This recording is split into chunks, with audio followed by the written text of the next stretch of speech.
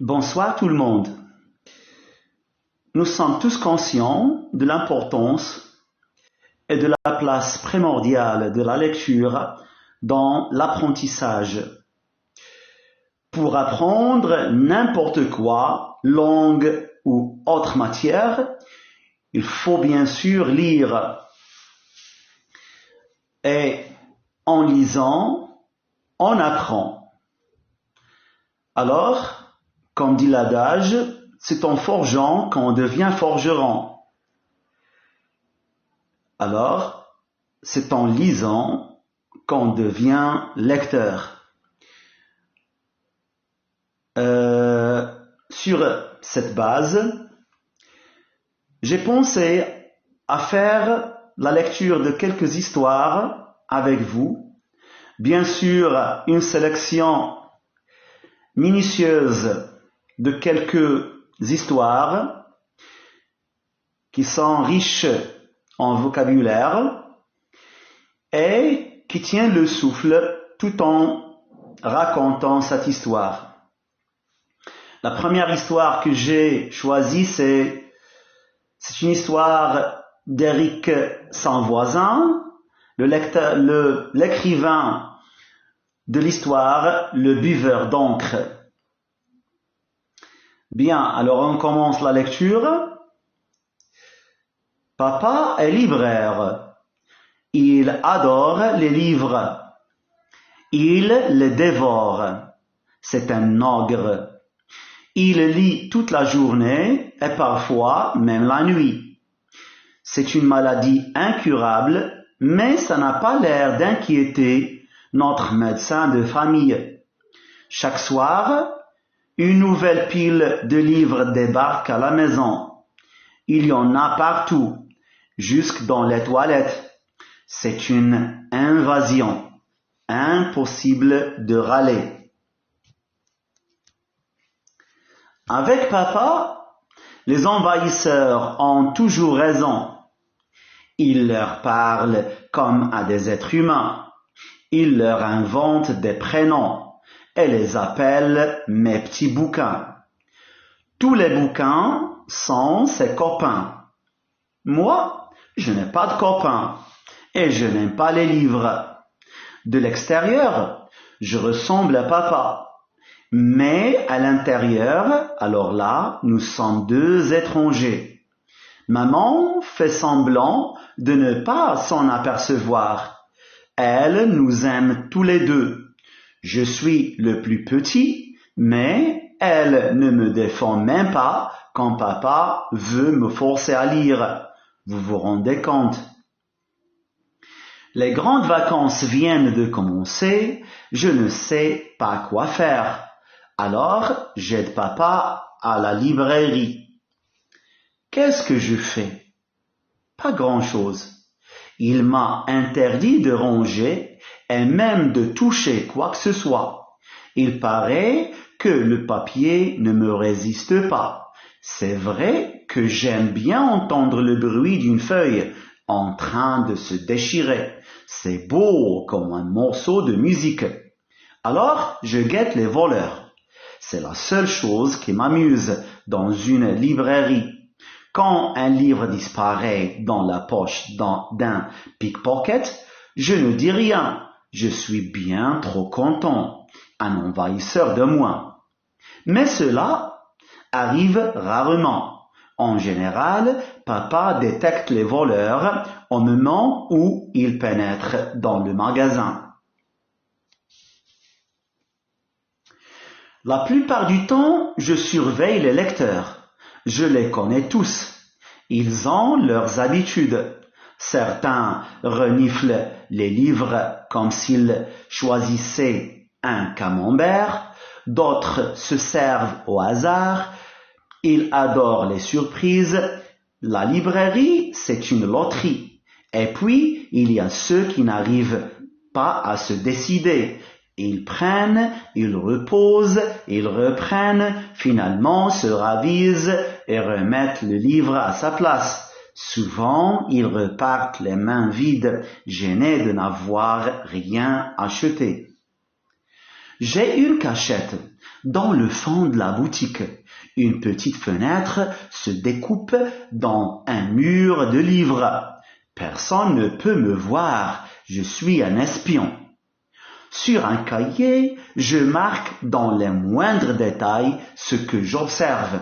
Un jour, je mettrai tout ça dans un livre. Qui sait? Mais ça m'étonnerait, car la grand-mère et moi, on ne s'entend pas. Tiens, un nouveau client. Je ne le connais pas, celui-là.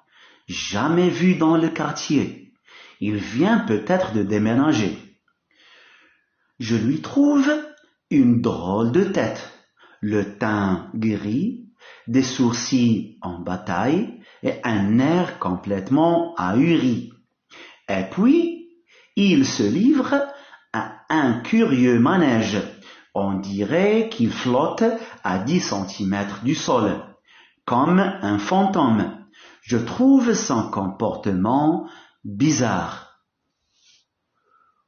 Ouh, j'ai vu, de mes yeux vus, le client inconnu boire un livre. Non, je n'ai pas la berlue. Pendant 5 minutes, il s'est promené dans les rayonnages, les yeux fermés, il se déplaçait en silence, les bras tendus droit devant lui, on aurait dit qu'il écoutait le bruit des livres. Subitement, il a saisi un petit bouquin et tout est devenu encore plus fou. Il ne l'a pas ouvert, il a seulement écarté les pages du milieu et là, dans la fente ainsi pratiquée, il a planté une paille tout juste sortie de sa poche. Sa bouche s'est mise à aspirer. Sur son visage, il y avait du plaisir comme si le livre contenait du jus d'orange et des glaçons. Il faut dire qu'il faisait très chaud, un temps à ne pas s'aventurer dans une librairie. J'ai poussé un petit cri de stupéfaction. Je sais, je n'aurais pas dû. Et je crois qu'il m'a entendu. Il a remis le livre à sa place, a rangé sa paille et s'est dirigé vers la sortie.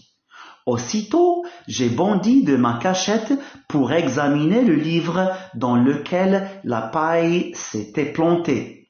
Je n'ai pas eu de mal à le retrouver. Il était moins épais que les autres et avait une consistance caoutchouteuse.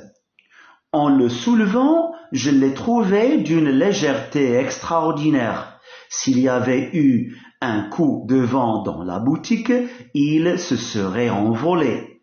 Mais quand je l'ai ouvert, j'ai failli m'évanouir. Il était vide sur les pages, il ne restait pas le plus petit mot. L'étrange client avait bu toute l'encre du livre. Je n'ai pas eu le temps d'avoir peur. Mon excitation était bien trop grande. Il fallait agir tout de suite. J'étais sûr que le drôle de client ne reviendrait plus jamais dans la boutique. Il m'avait entendu et savait que quelqu'un l'avait surpris au milieu de sa dégustation. J'avais le choix entre tout raconter à papa et mener seul ma petite enquête. De toute façon, papa n'allait jamais me croire. Connaissant mon allergie à la lecture, il était même capable de m'accuser d'avoir gommé les lettres une à une. Alors, je me suis élancé sur les traces de l'étrange lecteur. « Où vas-tu » m'a demandé papa. « Je sors. » Dans la rue, le soleil m'a assommé à moitié. J'ai eu peur de m'être décidé trop tard. Le buveur d'encre avait disparu. J'ai choisi au hasard un côté du boulevard et je me suis mis à courir. Slalomant entre les passants, j'ai bien parcouru 300 mètres sans rien voir. Non, non et non. Je ne voulais pas renoncer. Pour une fois qu'il se passait quelque chose de pas commun dans ma vie. Je me suis accroché et j'ai fini par apercevoir mon bonhomme. Je l'ai reconnu à son allure particulière. Il avançait vite, sans bouger les jambes. Tout le monde s'écartait avec crainte sur son passage. Derrière un arbre, j'ai repris ma respiration et je lui ai emboîté le pas. C'est ainsi que je me suis retrouvé devant la grille du cimetière.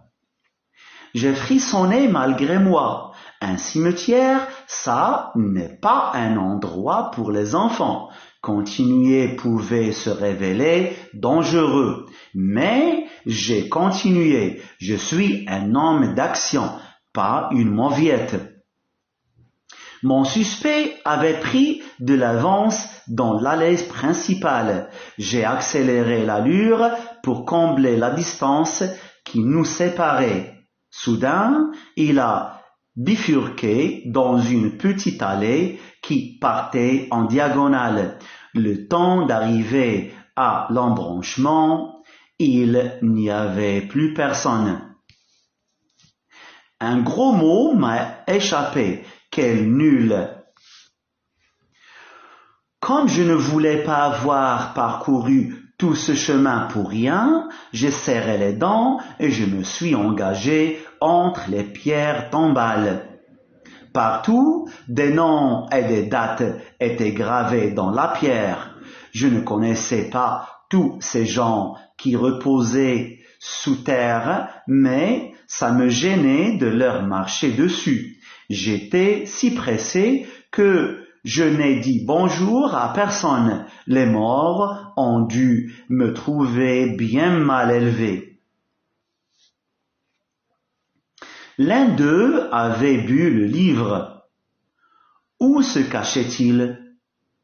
Il n'était pas donné à tout le monde de rencontrer un vampire, et il était encore plus rare qu'en découvrir un qui suçait l'encre des petits bouquins. Quelle chance j'avais et quelle trouille!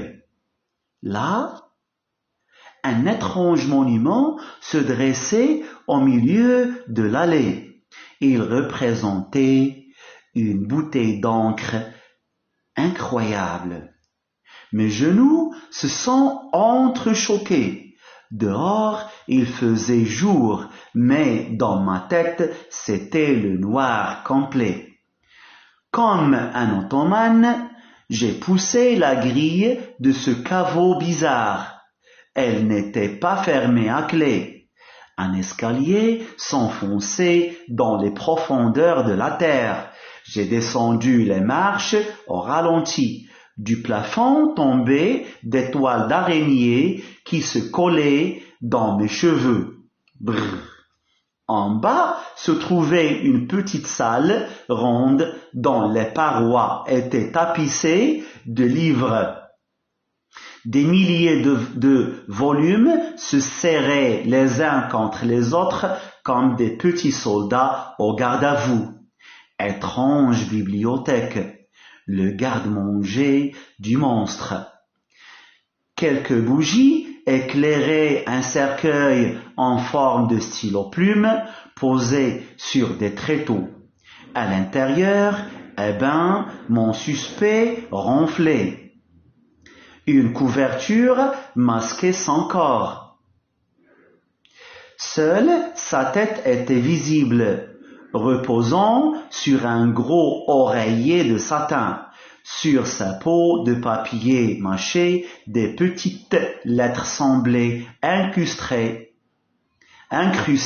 comme des taches de rousseur.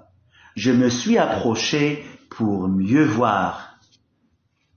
Brusquement, Il s'est redressé et ses yeux se sont posés sur moi, fixes et injectés d'encre noire. Mon sang s'est mis à bouillir. Je me suis senti tout à coup comme un enfant à la coque. Les vampires aiment-ils les mouillettes? J'étais cloué sur place par la peur. Impossible de m'enfuir. Mes cordes vocales étaient toutes molles. Impossible de crier. Qu'est-ce qui t'amène, petit? Il avait une voix douce et sifflante. Vite, trouver une réponse intelligente. Je venais voir ma grand-mère. J'ai dû me tromper de porte. Ta grand-mère habite dans ce cimetière? Non, je me suis aussi trompé de cimetière. Il a grogné. J'ai sursauté. Sa langue pointue et menaçante, semblable à un morceau de papier buvard, s'agitait entre ses lèvres. Tu m'as suivi, petit. Pourquoi? À quoi bon mentir? Il semblait lire dans mes pensées. Vous avez bu un livre. Je vous ai vu. Voilà donc la raison de ta présence ici. Tu es bien imprudent. Sais-tu qui je suis? Un vampire. En effet, tu as de la chance que je sois devenu allergique au sang. Après en avoir bu pendant 5 siècles, sinon... Je n'ai pas essayé d'imaginer ce qu'il voulait dire par là. Pourquoi vous avalez de l'encre, monsieur? À cause d'une crise de foie qui dure depuis 72 ans. C'est le seul aliment qui passe, et puis c'est nourrissant. Ah, mais pourquoi ne pas acheter tout simplement des bouteilles d'encre? En installant un réfrigérateur dans cette crypte, vous pourriez rester bien tranquillement chez vous. Non, petit, l'encre liquide est fade. C'est comme un régime sans sel. Par contre, l'encre qui a vieilli sur le papier possède une saveur incomparable, un vrai régal. J'ai fait la grimace. Un régal? Tu parles? Tu ne me crois pas? Si. J'ai commencé à reculer. Non, tu ne me crois pas. Qu'à cela ne tienne. Je vais te donner le goût de l'encre. Demain, tu comprendras. Il a jailli comme un diable de son cercueil. À la place des dents, il avait des plumes sergent majeur. Son sourire était aveuglant et si proche. Un voile noir s'est posé sur moi, tout doucement, comme du coton. Les vampires n'existent pas. Personne ne boit un bol de sang pour son petit déjeuner. Et encore moins de l'encre avec une paille. Je déteste les cauchemars. Ça me donne les chocottes. Je m'étais endormi dans ma cachette. La librairie allait bientôt fermer. Il ne restait qu'un ou 2 clients retardataires. Dans mon bras, une forte démangeaison m'a réveillé. Mes efforts pour la dissiper sont restés vains. Elle semblait venir de l'intérieur de ma chair. Pour être bien sûr que j'avais rêvé, j'ai feuilleté quelques livres. Tout allait bien. Il était bourré de textes. Je suis retourné somnolé dans ma cachette. Une faiblesse étrange rendait mon corps lourd. Papa a fermé la porte du magasin à double tour. Clac, clac. Enfin, tranquille. Quel calme dans la boutique. Je me sentais merveilleusement bien dans le noir. Dire que papa ne s'était aperçu de rien, sûr qu'il allait me chercher, mais j'avais mieux à faire que de rentrer me coucher à la maison. Sagement alignés sur leurs étagères, les livres m'appelaient. Viens, viens, ouvre-nous. C'était bien la première fois qu'un livre me faisait envie. Viens, viens, feuillette-nous. Dans ma poche, il y avait une paille. Quelle chance! Délicieux. La première gorgée m'a fait l'effet d'une décharge électrique. Aussi curieux que cela puisse paraître, j'étais en train de manger des phrases et de croquer des paragraphes. Les petits bouquins étaient au petit oignon.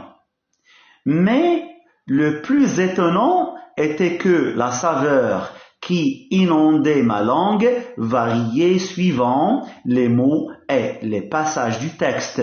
Ce n'était pas l'encre elle-même que j'absorbais, mais de l'aventure à l'état pur. Sur une mer déchaînée, deux navires s'affrontaient. À l'abordage, les pirates, un sabre entre les mâchoires, souriaient férocement. Je ne lisais pas ce qui arrivait, je les vivais. J'étais le capitaine des corsaires du roi et je défendais chèrement ma peau. Tout à coup, je me suis retrouvé face à un diable avec un bandeau sur l'œil et une jambe de bois, le terrible capitaine Flint. Nous avons croisé le fer. J'étais épuisé, mes bras ne répondaient plus. Dans un dernier effort, je me suis jeté sur mon adversaire. Il a esquivé. Je suis passé par-dessus bord. Au moment où j'aspirais les premiers mots du deuxième chapitre, la lumière s'est brutalement allumée. J'ai avalé de travers. Papa était là. Viens te coucher, garnement. Il n'a pas compris ce que je fabriquais avec le petit bouquin. Je t'avais demandé de lire des livres, pas de les mâchouiller. En apercevant la paille et l'encre qui dégoulinait sur mon menton, son air fâché s'est envolé. Tu as été mordu par un chien? Pas exactement. Il croyait sans doute que j'avais la rage. Je l'ai rassuré en lui affirmant que c'était du chocolat et il m'a cru. Pourtant, il n'avait pas tout à fait tort. J'avais bel et bien été mordu, mais pas par un chien. Quand je m'étais évanoui dans la crypte, le vampire avait gravé son nom sur mon bras avec les plumes qui lui servaient de dents. Draculivre. Désormais, je lui appartenais. J'étais devenu un buveur d'encre. Alors, pour la première fois de ma vie, je me suis réjoui d'avoir un papa libraire. Merci pour votre écoute et à la prochaine histoire, Inch'Allah. Salam alaikum.